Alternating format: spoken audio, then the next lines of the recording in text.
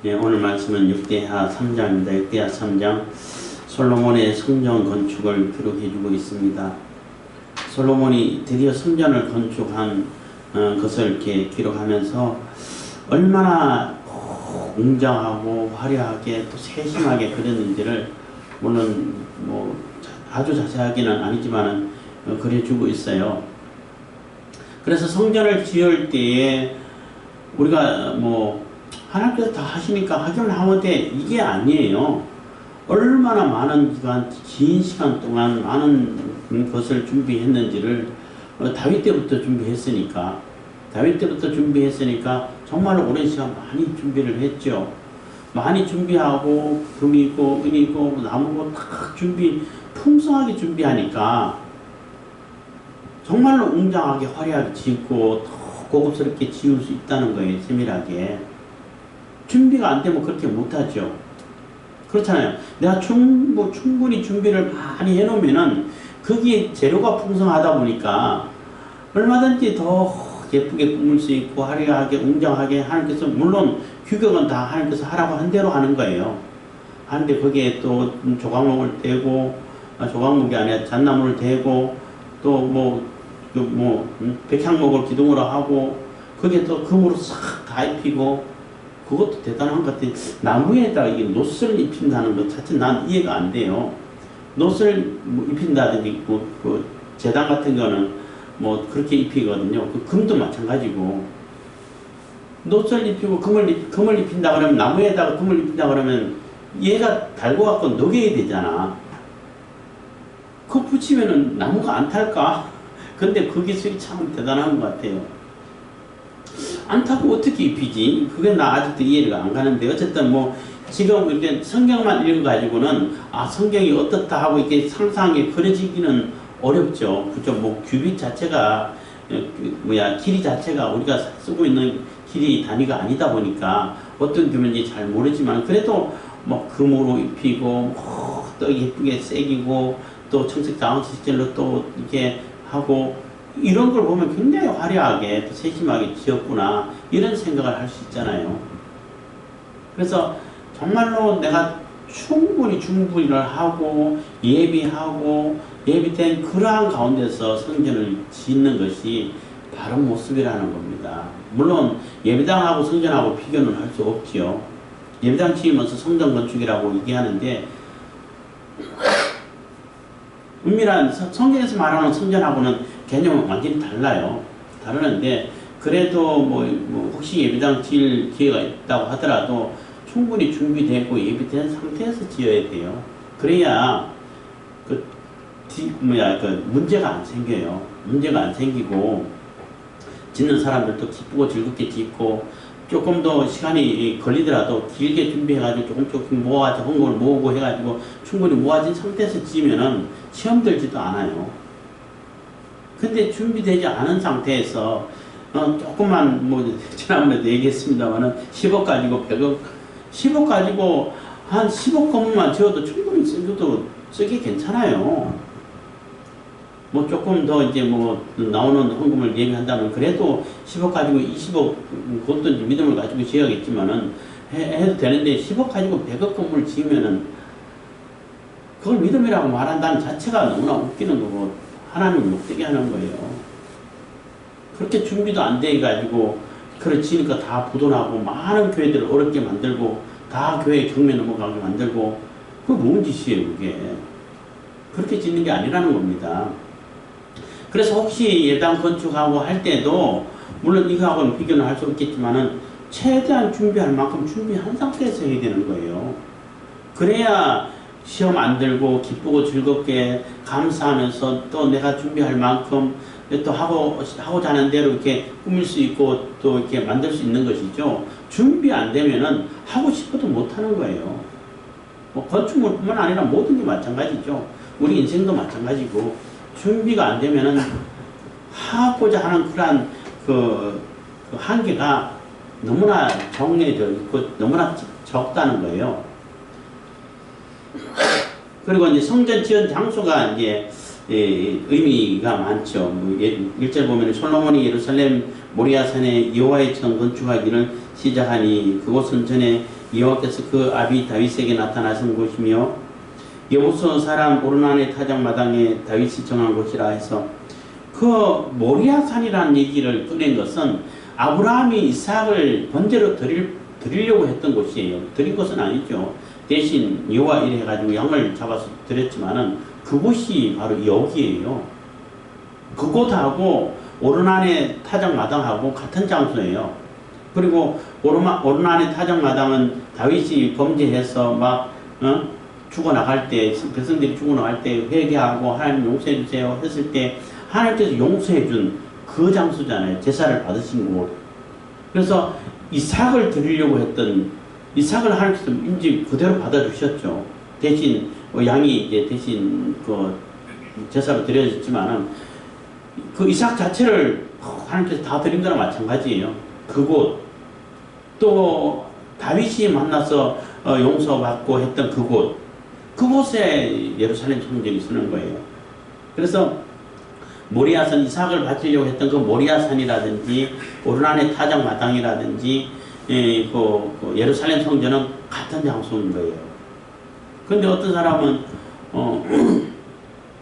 예수님께서도 아마 그 이삭이 바쳐지려고 했던 그곳에서 십자가에 달려 들어가지 않았을까 이런 얘기하는 사람이 어쩌다 있는 것 같았는데 그건 아니에요. 성문 밖에서 돌아가신 거예요. 감히 예루살렘 성전 안에서 그런 처형이 이루어지도록 허락하겠어요?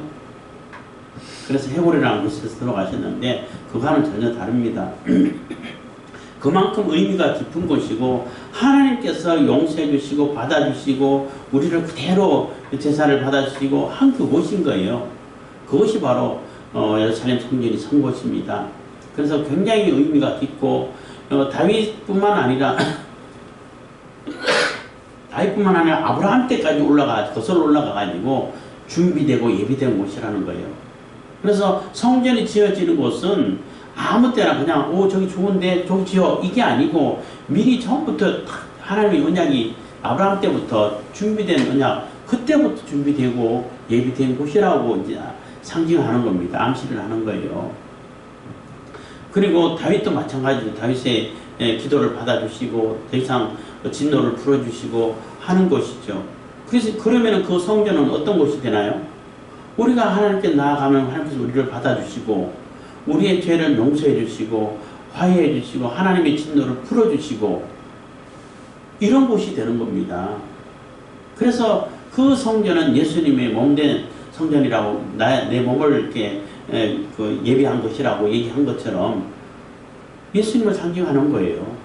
예수님을 통해서 우리의 죄가 다 용서받게 되고 하나님의 진노가 그쳐지게 되는 것이고 우리가 하나님께 나아가고 하나님이 우리와 함께 하시는 임마누엘 하나님이 이루어지는 것이 되는 거거든요. 그게 이제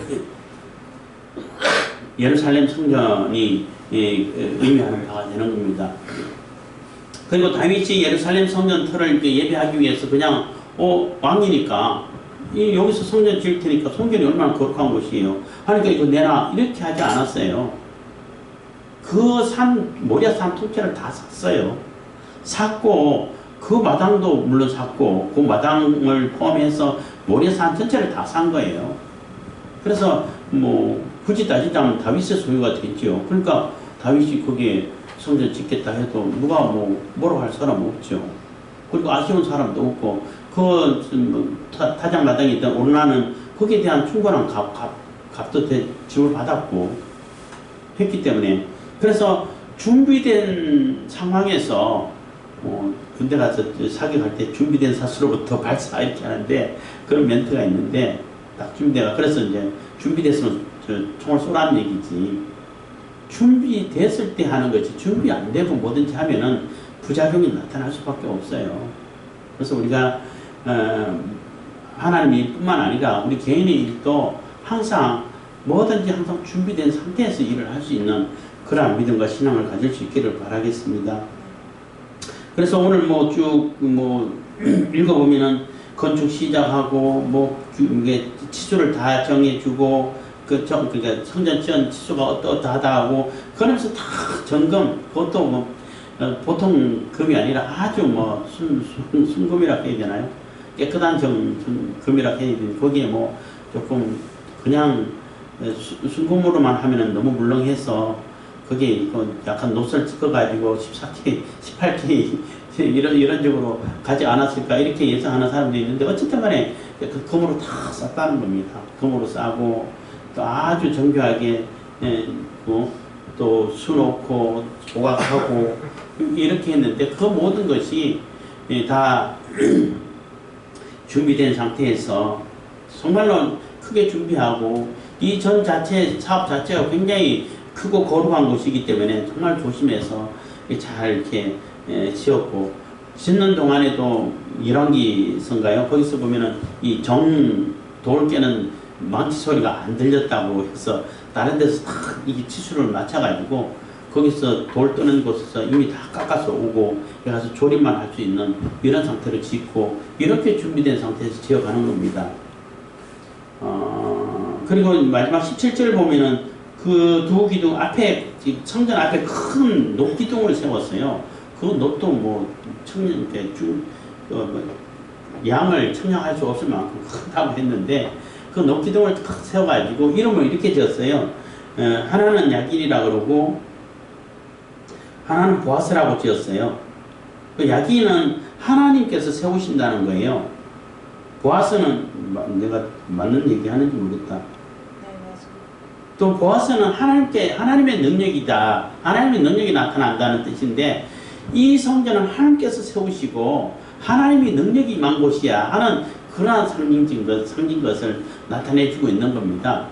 그렇기 때문에 하나님께서 세우시고 하나님의 능력으로 지은 성전이라는 얘기죠. 그것도 우리가 미리미리 하나님께서 베풀어 주신 은혜를 따라 가지고 하나님께서 또 주신 또 이렇게 능력을 따라 가지고 또 물질을 따라 가지고 다 준비해 가지고 준비된 상태에서 뭐든지 하는 거예요. 그래서 정말로 우리가 뭔가를 하고 싶다 하면은 그만큼 준비를 많이 하고 철저히 하게 할 때에 내가 하고 싶은 대로 또 하나님께서 하라고 한 대로 다 이룰 수 있다는 겁니다. 그런 개념을 항상 가지셔야 되는 것이고, 물론 하나님께서 우리를 시험하시기 위해서 우리는 열심히 준비했는데 우리 역량이 모자라서 다 안 되고, 근데 하나님께서 자꾸 하라고 그러시고, 그럴 때는 하나님께서 이미 또 다른 곳에 준비해 두셨다는 얘기예요. 그리고 믿음을 가지고 한 발 냈을 때 보면은 하나님께서 준비하신 것을 나타내 보여주시고 주시는 거예요. 그렇지 않고 아무것도 알아보지도 않고 아무것도 살펴보지도 않고 하나님께서 무조건 주실 거야 이러면은 그건 믿음이 아니에요. 하나님 시험하는 거죠. 그래서 그러한 개념을 가지고 그러한 인식을 가지고 무슨 일이든 또 우리 신앙생활도 마찬가지고 우리의 삶도 마찬가지고 이렇게 준비해 갈 수 있기를 바라고 설계해 갈 수 있기를 바라고 또 설계를 이렇게 설계한 대로 이렇게 실행을 할 수 있는 그러한 능력을 나타낼 수 있기를 그러한 능력을 나타내는 저와 여러분들 다 되길 바라겠습니다. 기도하겠습니다. 사랑해 주신 감사합니다. 이 시간에도 은혜와 복 베푸신